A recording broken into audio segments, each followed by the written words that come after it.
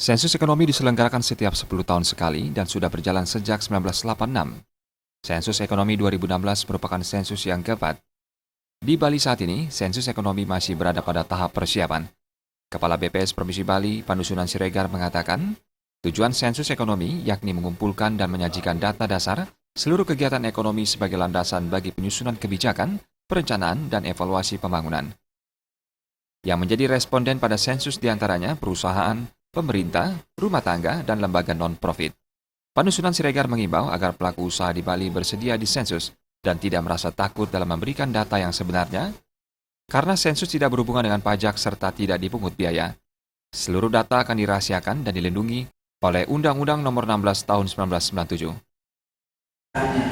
Dan memang ini tantangan bagi kita BPS. Walaupun kita bilang tidak ada satu orang dengan pajak, tetapi masih ada rasa was-was mereka gitu ya. Nah, tentunya ini dibutuhkan suatu effort khusus, upaya khusus agar mereka betul-betul ketika menyampaikan data itu adalah data apa adanya. Manfaat sensus ekonomi bagi pelaku usaha yaitu mengetahui posisi dan peluang usaha serta daya saing usaha. Sementara itu bagi masyarakat akan menerima manfaat dari kebijakan ekonomi yang diambil pemerintah. Desa Karyani dan Winata, Bali TV.